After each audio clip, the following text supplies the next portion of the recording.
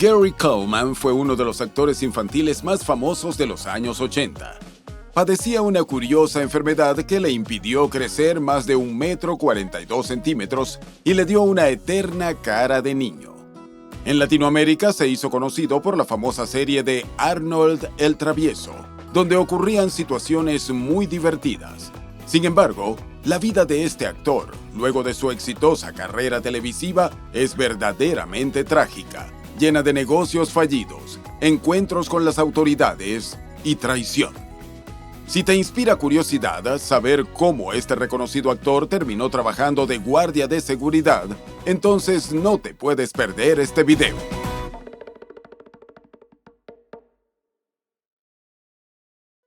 Hola a todos, mi nombre es Juan. Bienvenidos a Biopic, donde les narraré las historias de la vida de las personas que han marcado nuestra sociedad. Sin decir nada más, comencemos. Biografía de Gary Coleman.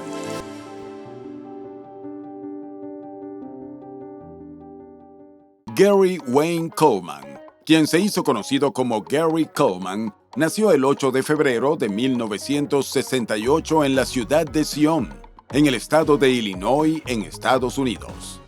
El nombre de sus padres biológicos es desconocido.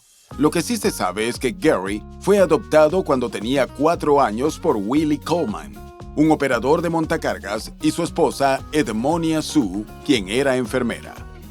Desde el primer día, ambos le dieron los mejores cuidados y todo parecía ir bien.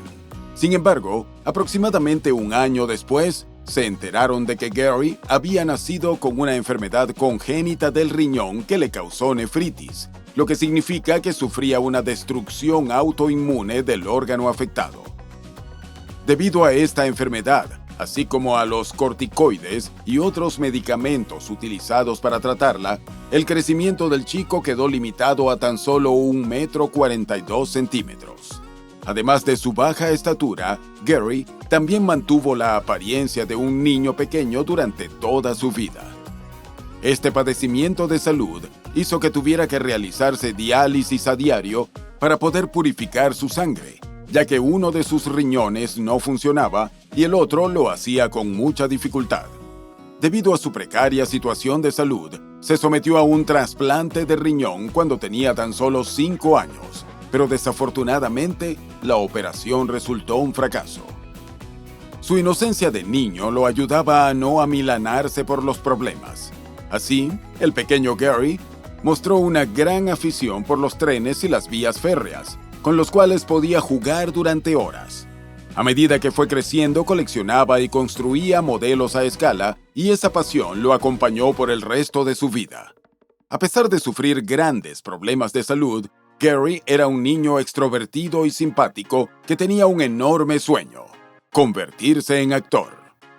Sus padres apoyaron sus ambiciones y así tuvo su primer trabajo frente a una cámara en 1974. Con tan solo 6 años, en un comercial para el Banco Harris. En el comercial, él aparecía sosteniendo al león Hoover, la mascota del banco. Ese mismo año, hizo una aparición en un episodio del espacio dramático Medical Center, conocido en español como Centro Médico, producido por la cadena televisiva CBS. Por esa misma época consiguió pequeños papeles en la comedia Los Jeffersons y en Good Times, traducida al español como Buenos Momentos, donde actuó junto a Janet Jackson. Pero más que sus actuaciones iniciales, lo que lo puso en la mira de un cazatalentos que trabajaba para el productor Norman Lear fue su aparición en el comercial del Banco Harris. Norman contactó al representante de Gary y de ahí surgió el primer contrato para un papel importante en la televisión. Era un proyecto para revivir la popular serie televisiva de los años 20, The Little Rascals, que fue conocida en español como Los Pequeños Traviesos. Aunque finalmente la serie no fue seleccionada y el proyecto no se realizó, la actuación de Gary en el episodio piloto llamó la atención de un ejecutivo de la cadena televisiva NBC. Finalmente, el papel que cambiaría la vida de Gary llegó en 1978, con la comedia Different Strokes, titulada originalmente Diferentes Golpes en español y que fue mayormente reconocida por el público hispano con el nombre de Blanco y Negro. En esta exitosa comedia hacía el papel de Arnold Jackson, un niño afroamericano que había sido adoptado junto a su hermano Willis por un viudo millonario llamado Philip, tras lo cual dejaron el barrio de Harlem para vivir en el elegante vecindario de Manhattan. El actor Todd Bridges hacía el papel de Willis y Conrad Bain interpretaba a Philip Drummond. Además, la actriz Dana Plato hacía el papel de Kimberly, la hija biológica de Philip. La serie trataba de manera divertida y a veces sarcástica temas de raza y clase, además de situaciones clásicas de la vida y el paso de la infancia a la adolescencia. El papel de Gary en la serie se volvió central para la historia, siendo el personaje más reconocido por el público.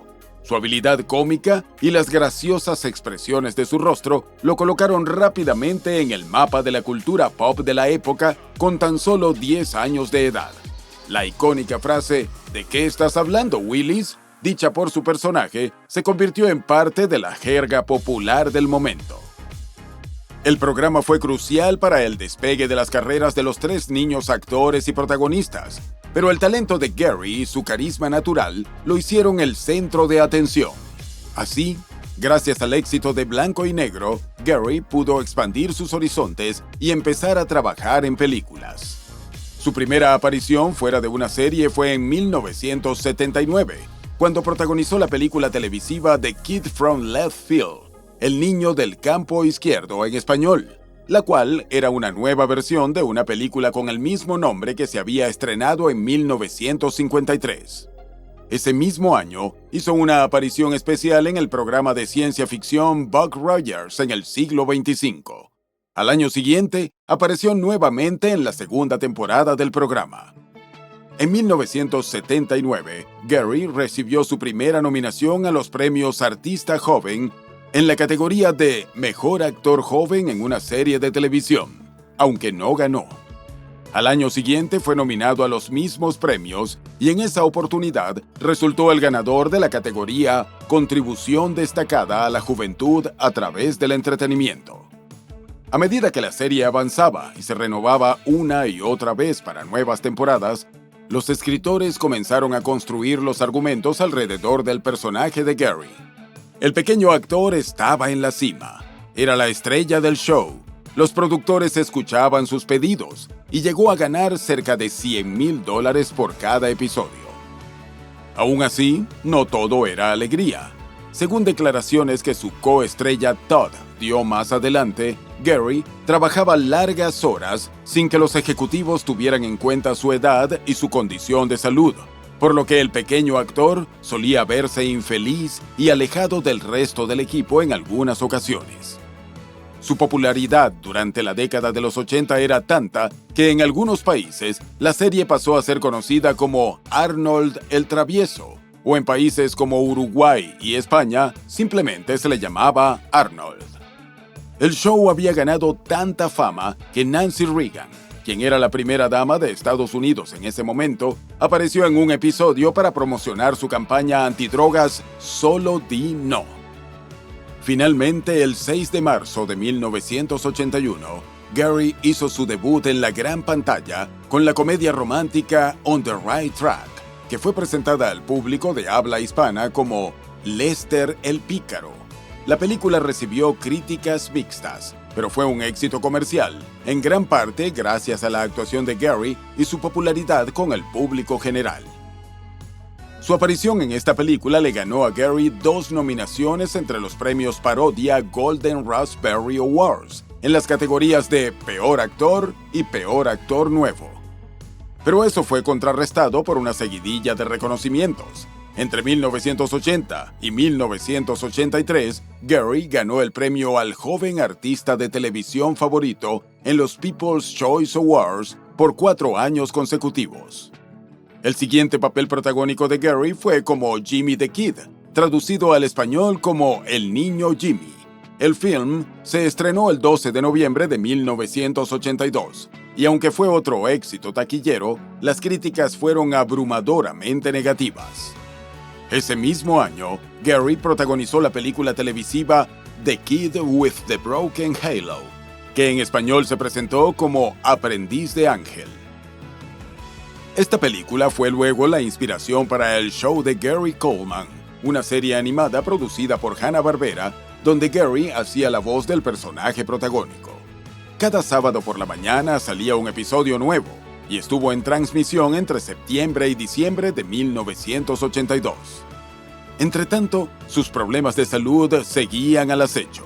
Cuando tenía 16 años, se sometió a un segundo trasplante de riñón, pero al igual que el primero, resultó un fracaso, y el jovencito siguió sufriendo complicaciones a raíz de su afección congénita.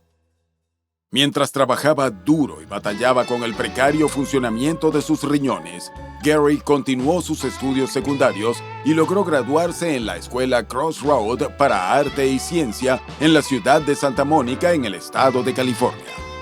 Esta escuela es reconocida por haber educado a celebridades como Maud Apatow, Michael Bay, Jack Black, Zooey Deschanel y Gwyneth Paltrow.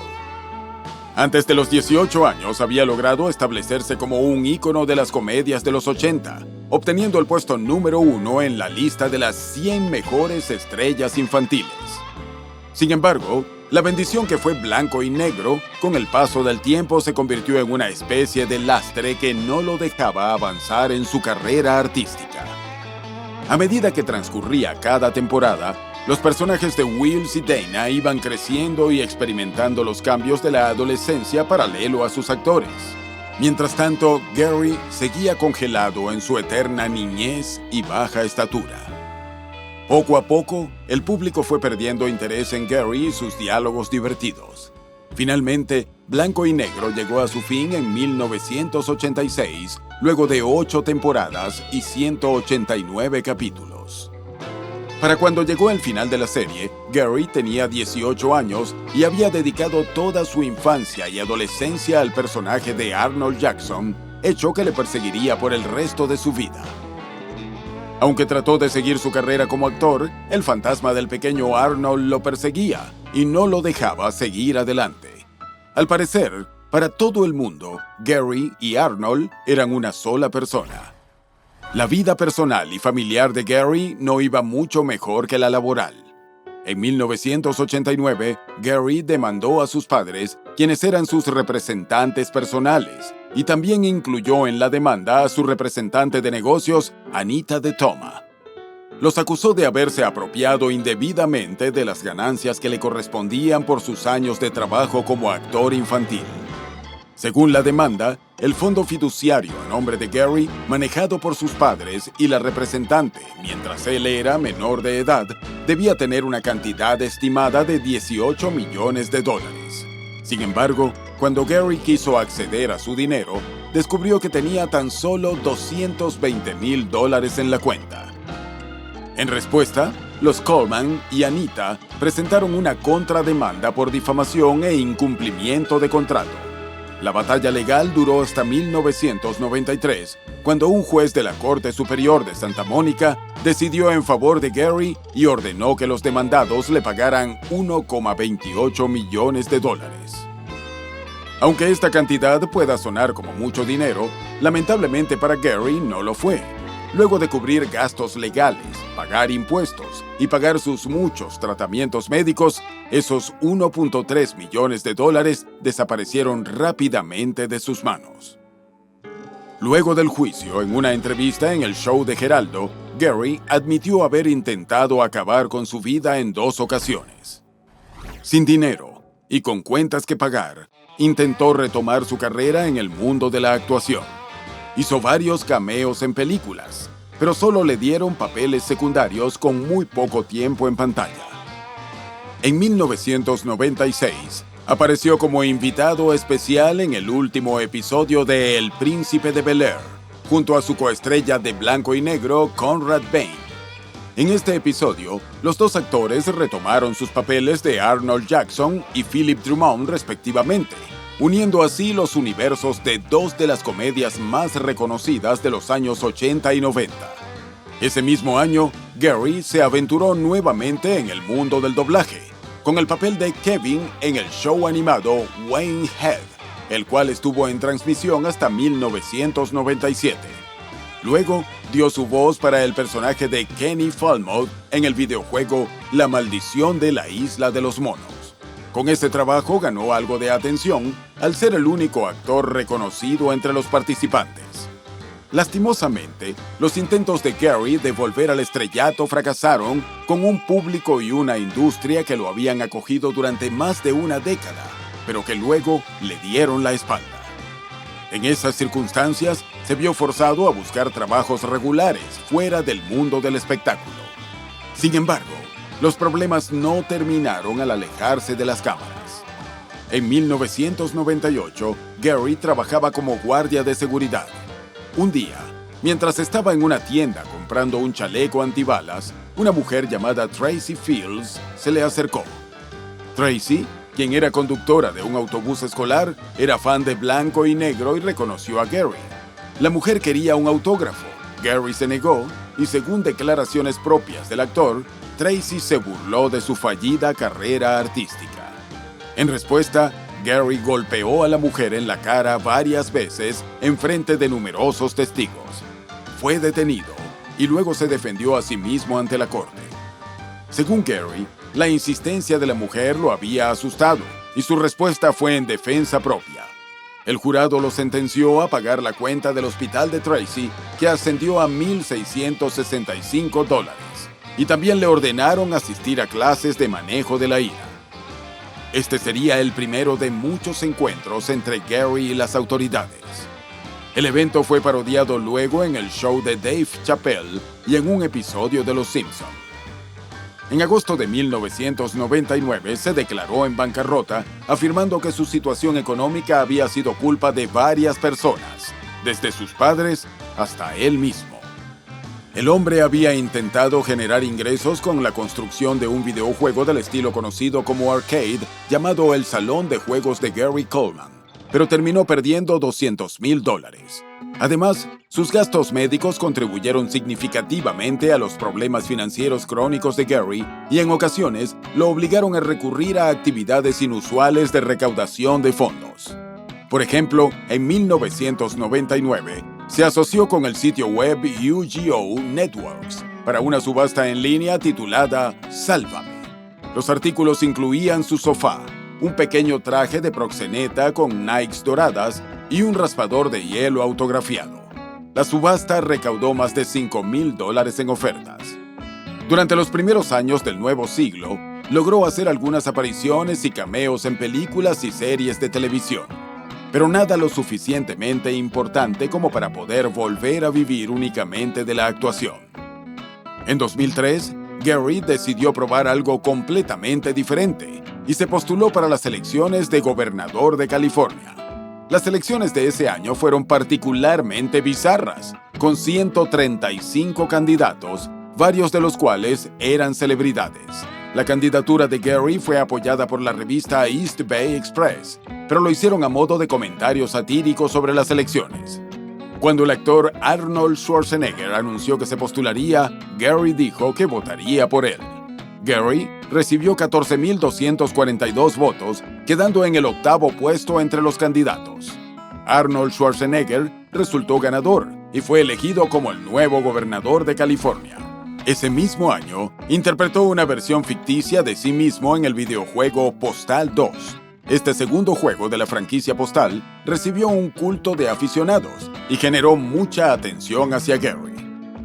Un dato curioso es que el exitoso musical de Broadway Avenida Q incluyó un personaje llamado Gary Coleman, quien evidentemente era una parodia directa del actor.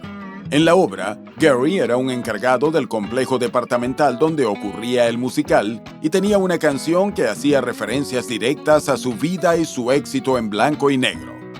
Según los creadores del musical, su intención original era que el propio Gary interpretara el papel, y aunque el actor expresó interés en un principio, no se presentó a la reunión programada para conversar el tema. En 2005, Gary anunció su intención de demandar a los productores de Avenida Q por su descripción de él, pero la demanda nunca se materializó.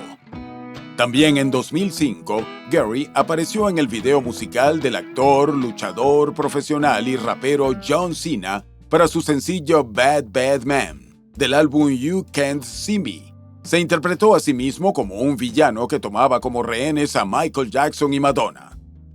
La siguiente aparición de Gary en la gran pantalla fue para la comedia deportiva Charge Ball en 2006. La película fue un total fracaso, tanto crítico como taquillero, pero durante el rodaje, Gary conoció a Shannon Price, que estaba trabajando de extra. Shannon y Gary comenzaron a salir y en agosto de 2007 se casaron en una ceremonia privada en la cima de una montaña en Nevada. Ella tenía 22 años y él 40. La pareja mantuvo el matrimonio en secreto por varios meses, hasta principios de 2008, cuando lo anunciaron en una entrevista exclusiva con la revista Virtual Inside Edition. Según Shannon, ella le propuso matrimonio a Gary, pero él la sorprendió con la boda el día de su cumpleaños.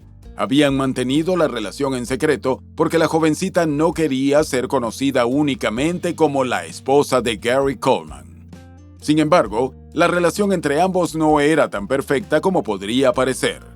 Así como habían mantenido en secreto la boda, también ocultaron que en 2007 Gary fue citado por un delito menor de alteración del orden público en la ciudad de Provo, en Utah, después de una discusión acalorada en público con su esposa. Ese mismo año, el actor se vio involucrado en otro altercado, esta vez en una pista de bolos en la ciudad de Payson. Un hombre llamado Cole Rushton lo fotografió sin su permiso y eso generó una intensa discusión. Luego, en el estacionamiento, Gary supuestamente retrocedió su camioneta hacia Colt, golpeándole la rodilla y haciéndolo caer debajo del vehículo antes de chocar contra otro auto. Colt fue tratado en un hospital local por heridas menores. Gary no refutó los cargos de alteración del orden público y conducción imprudente, y recibió una multa de $100. A principios de mayo de 2008, el matrimonio Coleman hizo una aparición muy publicada en el show Divorce Court, que traducido al español significa Tribunal de Divorcio. Supuestamente ambos tenían la intención de trabajar en sus diferencias y salvar su relación. Aparentemente el intento no funcionó, ya que la pareja se divorció en agosto de 2008, apenas un año después de contraer matrimonio. Pero los problemas en la relación no parecían haber terminado después de firmar los papeles de divorcio. Aunque estaban legalmente separados, Shannon y Gary siguieron viviendo juntos en la casa que él había comprado en 2005 en el pequeño pueblo de Santa King, en Utah. En 2009, Gary y su ex esposa estuvieron involucrados en una disputa doméstica, y Shannon fue arrestada bajo sospecha de violencia doméstica. Ambos fueron citados por alteración del orden público. Poco después, el actor se tuvo que someter a una operación de corazón debido a problemas causados por su deficiencia en los riñones. Los detalles del procedimiento nunca se publicaron, pero se supo que Gary desarrolló neumonía postoperatoria, lo cual le causó 2 convulsiones en distintas ocasiones. El 26 de mayo de 2010, Gary se cayó por las escaleras en su casa y se golpeó la cabeza, lo que posiblemente causó otra convulsión y le produjo una hematoma epidural. Shannon lo encontró en el suelo y llamó a la policía. A pesar de la herida en la cabeza que había sangrado mucho, Gary recuperó la conciencia y pudo decirle a los oficiales que no recordaba lo que había sucedido. Fue llevado al Centro Médico Regional Utah Valley, donde al momento de su ingreso se encontraba lúcido, pero su condición empeoró rápidamente. El 27 de mayo al mediodía entró en un coma y necesitó de soporte vital para seguir con vida. Al día siguiente fue desconectado del soporte vital por decisión de Shannon. Gary murió el 28 de mayo de 2010 a las 6:05 de la tarde. Tenía 42 años. No se realizó un funeral debido a que, en un testamento hecho en 2005, Gary había pedido que no hubiera servicio fúnebre, velorio u otra ceremonia después de su fallecimiento. La muerte del querido ícono de los 80 conmovió al mundo, y hubo una gran cantidad de mensajes de condolencias compartidos por admiradores y otras celebridades. y aunque Gary debía estar descansando en paz, los escasos bienes que dejó generaron una batalla sin cuartel. Poco después de su deceso, comenzaron las disputas legales entre Shannon y Anna Gray, una asociada de negocios de Gary, acerca de quién tenía derecho a reclamar la escasa herencia dejada por él. El problema se resumía en que, según el testamento de Gary, Anna quedaba a cargo de su herencia. Sin embargo, Shannon y Gary se habían casado en 2007, y ella argumentaba que por ley le correspondería la herencia de su cónyuge. La complicación legal ocurrió debido a que Shannon y Gary se habían divorciado legalmente en 2008, lo cual significaría que Shannon perdía acceso al derecho de herencia. Pero según declaraciones de la misma Shannon, ella y Gary habían mantenido una relación que calificaba como concubinato o unión de hecho, que es reconocida como legalmente válida en Utah. Shannon aseguraba que los dos compartían cuentas bancarias y se presentaban públicamente como marido y mujer hasta el momento en el cual el actor falleció. Si su afirmación era validada por el tribunal, se convertiría en su legítima heredera. El caso se mantuvo en juicio por varios años, hasta que finalmente, en mayo de 2012, se llegó a un veredicto. El juez James Taylor dictaminó que, aunque Shannon y Gary vivían en la misma casa, su relación no cumplía los requisitos para un concubinato. El veredicto se logró con base en las declaraciones de varios testigos. Según el juez, había evidencia de que Shannon había abusado físicamente de Gary en público. Lo llevaba de la mano como un niño, no mostraba afecto físico hacia él frente a nadie y le había dicho a otras personas que dormían en habitaciones separadas. Además, durante la supuesta duración del concubinato, Shannon había tenido relaciones románticas e íntimas con otros hombres, las cuales no mantuvo en secreto. Aparte del problema de la herencia, también estaba en duda el poder legal que Shannon tenía para haber decidido desconectar el soporte vital de Gary.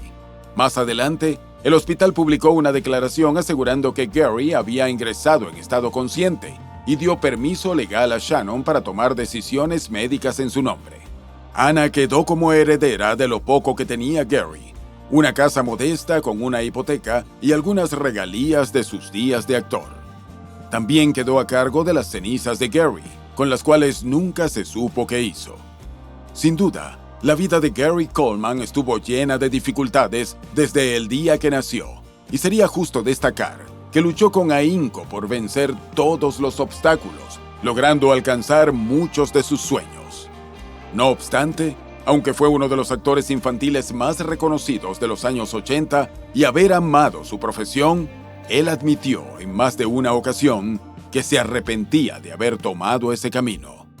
La fama y el estrellato son cosas por las que muchos harían lo impensable, pero la realidad es que conseguir el éxito en el mundo del espectáculo es un arma de doble filo. Para Gary, la misma mano que lo alimentó durante más de una década fue la que le cerró luego las puertas en su cara. Sin ir muy lejos, las dos coestrellas de Gary en blanco y negro tuvieron dificultades luego del show. La actriz Dana Plato sufrió de toxicomanía y lastimosamente falleció como consecuencia de sus excesos en 1999. Todd Bridges, el único sobreviviente del trío, también tuvo problemas de dependencia de sustancias y le costó mucho lograr superar sus problemas personales. A pesar de todo el sufrimiento que le tocó vivir, Gary llevó una sonrisa al rostro de miles de personas y siempre será recordado como el simpático niño con las caras graciosas y las frases ocurrentes.